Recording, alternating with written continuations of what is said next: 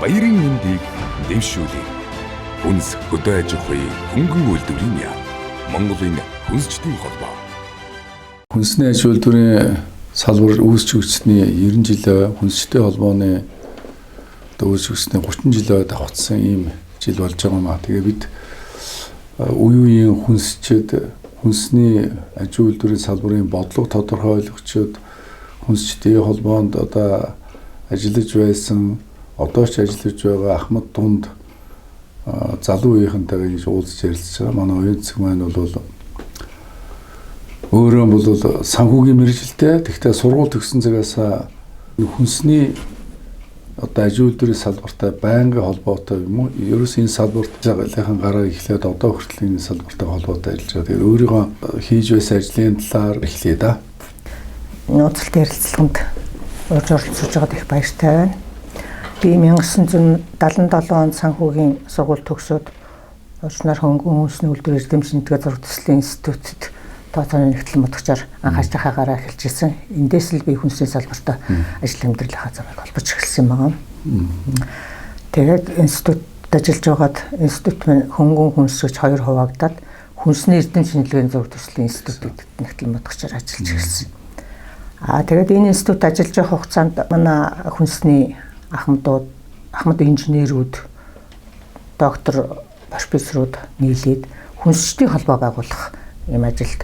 Тэгээ 91 онд анхныхаа хурлаа хийгээд хүнсчдийн холбооны ерөнхийлөгчөөр гомбог томилоод тэгээд цаашдаа одоо холбоо ингээд ажиллаад эхлэхээр зэрэг санхүүгийн асуудал, санхүүжилтийн асуудал яригдж эхэлсэн. Санхүүжилтийн асуудал яригдж эхлэхээр зэрэг манай хүнсний үйлдвэрүүдийн удирдлагууд одоо хандив маягаар эхлээд бол мөнгө төвлөрүүлээ гэдэг ингээд тэгээ яаж төвлөрөх вэ, хааш нь явах уу гэдэг ингээд холбооч анх бичиг баримт юм аваагүй байсан үеийн чинь данс байхгүй. Тэгээд хүнсний институтын дансанд тэр хандив мөнгнүүдийг би бөөгнөлөөл цуглуулад тэгээ үйл ажиллагаанд нь зарцуулаад дараа нь данстай босныхын дараа тооцоог нь хийгээд үлдэгдэл мөнгө шилжүүлж өгчээсэн. Энэ үеэс эхлээл би Монголын хүнсчдийн холбооны нэгтлэн бодогч гэдэг нэрийг авч явсан да. 77 оноос 1991 он 77 оноос 91 он хүртэл одоо энэ хооронд дан хүнснийхээ институтэд ажиллаж байсан тийм ээ. Тэгсэн. Тэр үеийн одоо үйлдвэрлэлийн эрдэм шинжилгээ үйлдвэрлэлийг хоссон одоо тийм үйл ажиллагаанууд нэлээд явагдаж байсан. Шинэ бүтээгдэхүүнүүд хийж байсан. Энэ талаар шинжлэх ухааны технологийн төслийнхаа хэмжээнд бол шинжлэх ухааны технологийн орооноос бол санхүүжчдэг нэг хэсгийг. Нөгөө хэсэг нь бол тэгээд үйлдвэрлэлийнхаа яваар явдаг. Ийм олон цехүүдтэй их сайхан том институт байсан. Хүнсний цехүүд. Өөрөөр эрдэм шинжилгээний ажлыг газар дээр нь туршиж хийх боломжтой үйлдвэрлэлийн одоо цехүүдтэй бааз цехүүдтэй лабораторитой тийм сайхан том институт байсан. Би нэг 1984-5 оны үед Максимерэн гимназид одоо технологи инженер, ерөнхий технологич ажиллаж байх үед гом захирал надад санал болгоод чи энэ өөрийнхөө зав чөлөөгөөр эрдэм шинжилгээний ажил хий. Бидэнд одоо яг махны чиглэлээр эрдэм шинжилгээний ажил одоо хийж байгаа хүмүүс байгаа ч гэсэн яг үйлдвэрлэл нь бол танай одоо Макминадын нэг хямфасны үйлдвэр бас Германы тоног төхөөрөмж чи одоо орж ирсэн учраас ийм боломжууд байна гэд би 30% цалин нэмж аваад бараг л тэр үеч орлогч сайдын цалин авч зарим дарга нарт шүүмжлүүлж байсан. Тэгэхээр тэр үеийн тэр цалин одоо хэрхэн өгж ирсэн бол би бол одоо тэр үед маш олон туршилтыг үйлдвэр дээрээ хийгээд танай институт дээр очиж онлайн талаар бас завсар зайд нь сураад ингэ явж байсан. Тэр цалин бол нөгөө үйлдвэрлэлийнхаа орлогоос олсноос үйлдвэрлэлийн орлогоос ч өгч болно. Шинжлэх ухааны технологийн нөгөө төслүүд дээр бол бас нэг тодорхой хэмжээний юу суулгаад мөнгө суулгаад одоо тийм хүн авч ажилуулна гэдэг дээр нэг орон тооднуудтай байдаг байхгүй дандаа эрдэм шинжилгээний ажилтнууд тэд туслах ажилтнууд тэдгээл ингээд тэрэн дээрээ ч зохицуулаад авч болно. Тийм аль талаараа л зохицуулаад өгч болж байсан. Бид нарт бол тиймэрхүү хүмүүсийг нэлээд ажилуулж байсан.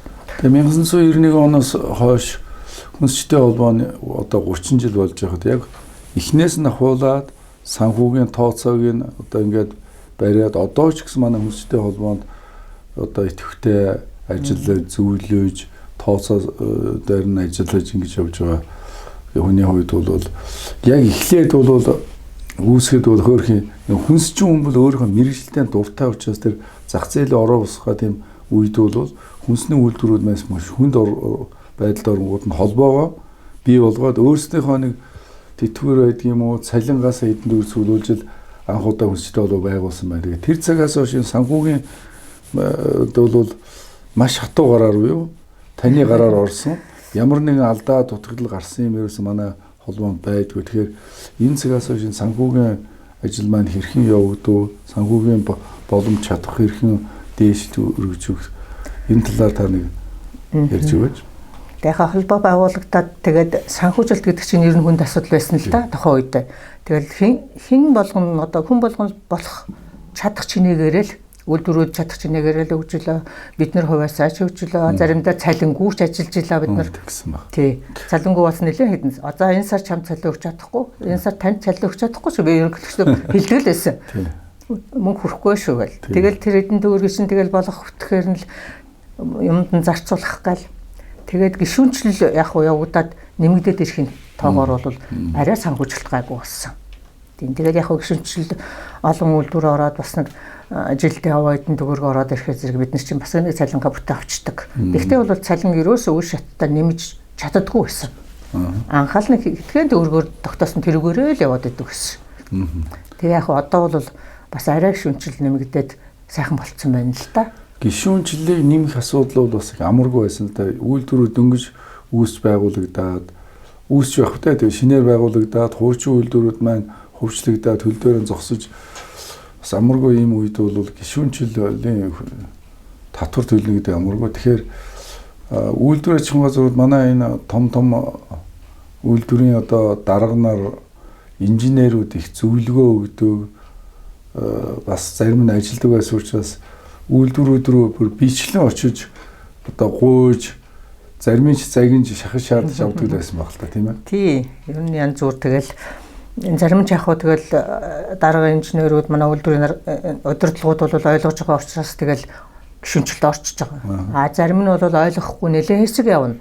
Ажиглан нэлээд байна. Тэгжээж орно тий. Тэр болгонд нь тэгэл тасралтгүй холбооноос манай одоо ажиллаж байгаа одоо тухайлах юм бол дамдангуй, лавжгуй, дамдын сүрэнгуй, гомгой энэ бол ерөөсө байнгын л одоо нэг холбооныхаа талаар л хүмүүст ярьж ойлгуулах гэж тэгж явсаар байгаа л аяндаа тэгэл нэг нь ороод нөгөөтгтөө ингэдэм байна тэгдэм байна гэл ингээд тэгэл нэг сургалт мургалт зохион байгуулаад ингээд гайгүй хүмүүсийг оролцуулаад үзэж харах юмтай болгол ингээл ахаар зэрэг нэг бас жишээ аваад тэгэл өргөжөд явчихдаг тийм л байсан. Би өөрөө хүнсчин хувьд хүнсний инженерийн хувьд бол энэ холбоо эхнээс нь байгуулагдсан цагаас нь одоо холбоотой дэмжиж явж байсан. Тэгэхээр би өөрт чинь бол их маш их баярлж явдаг юм бол энэ төрийн бус байгууллагын тэр орж иж байгаа жоохон мөнгийг ёстой нэг хавдарж ягаад ямар ч одоо алдаа дутагдaltaгүй маш чамбай ажиллуулснаар манай холбооны нэр хүнд ч гэсэн нөгөө гишүүн байгууллагуудаа өсдөг. Тэгэхгүй тэр нэг зах зээлд орсны дараа чинь тэгэл аж ахуй нэгжүүч ялгаа авахгүй, төрийн бус байгуулагч ялгаа авахгүй, мөнгө төгрөгийг авч идсэн уусан гэдэг элдвийн талаа болоод идэг учраас энэ хүнсчин хүний мэрэгжил, хүнсний салбарын ажилтны хүний нэг агуу шин чанар бол энэ аливаа юмд бол одоо чин сэтгэлээсээ ханддаг. Элдвийн хуурам эхлэх ажиллагаанд оролцдог. Ийм учраас бол энэ одоо хүнсчтэй болов бэхжүүлэхэд өөрийн чинь одоо оруулсан хувь нэмэр ялангуяа санхүү эдийн засгийн тооцоон дээр чамбай хандаж би тайлангаа жил болгоогүй тийм ээ хяналтын одоо ажиллагаа бас давхар шалгуулж хийн. Тийм учраас бол одоо энэ ажилд бол бас амаргүй ажилд бол их сайн зүтгэж явсан үг талархж байгаа шүү. За баярлалаа. Ер нь тэгээд жоохон ч гэсэн мөнгийг арга гамтаа зарцуулах ёстой юмд нь хүргээд ингээд ажил хүмүүсээ ажил хийхэд нь бас нэг тухтай байлгаал гэдэг үүднээс бол би ерөөсөө мөнгийг өстө халгаадгүй байсан нийтэд бол яах гэж байгаа, юу гэж байгаа. За төсвөө гаргаад хэдэн төгрөг зарцуулах гэж байгаа. Одоо миний нөгөө нягтлан болсны л гавьяа юм байх та тэр одоо. Нягтлан дээрээс нь бас нэг тийм нэг угаасаа нэг тийм яг зарчим салбар бол нэг манай салбарч өөр их зарчимтай салбар. Дээрээс нь мэрэгжил нь өөрөө их зарчимтай учраас одоо их сайхан холбоог хөлдөөр нь зогсоход, санхүүгийн хувьд хөлдөөр нь зогсоход их зөв зүйлдэн зарцуулахад их чухал үүрэг гүйцэтгэсэн. За ингээд хүнсний аж үйлдвэр үүсэж хөгжөөд 90 жил болж байна. Тэрний одоо 1977 оноос хойш ажилласан гэхээр 40 гаруй жил энэ салбартай хамтарч ажиллаж бодлого нь оролцож тэгээд эн чинь ерөөсөө энэ салбараас гараагүй учраас хэдийгээр эдийн засаг санхүүгийн мэрэгжилтэй ч гэсэн бас хүнсчний мэрэгжилтэй хуулцсан шүү дээ. Ингээд хүнсний аж үйлдвэрийн салбарч үүсэж өгсөн 90 жилээ хүнсчтэй холбооныхоо 30 жилийн ойд зориулаад үе үед өөртөө ч хамтарч ажиллаж байсан хүнсчид, хүнсний салбарын ажилтнуудад нэг сэтгэлийнхаа үг хэлэхгүй юу гэж хүсэж байна. За Монгол улсын ер нь хүнс үйлдвэрлэх ажиллаж байгаа нийт ажилтнууд, үйлдвэрийн удирдлагууд, манай холбооны үе үеийн удирдлага хамт ажиллаж байсан нөхдүүдэд Монгол улсад хүнсний үйлдвэр үүсгэжсэний 90 жилийн Монголын хүнсчдийн холбоо үүсэн байгуулагдсны 30 жилийн аг тохиолдуулаад эрүүл энх, аз жаргал, сайн сайхан мөнхний амжилтын дэдийг хүсье өрөөё. За баярлалаа. Ингээд танд ч гэсэн одоо эрүүл энх, аз жаргал, сайн сайхан мөнхний хүсье өрөөё. Манай хүнсчдийн холбооны одоо удирдах зүйлд байнга байж тэгээд одоо цаашдын ажиллагааг санхүүгийн талаас удирдах таны үнэтэй зөвлөгөө бидэнд байнга хэрэгтэй. Ингээд цаашдаа хамтарч байнга цаашдаа хамтарч ажиллаа. Тэгээс сайн сайхан эрүүл энх хүсье өрөөё. Баярлалаа. За баярлалаа.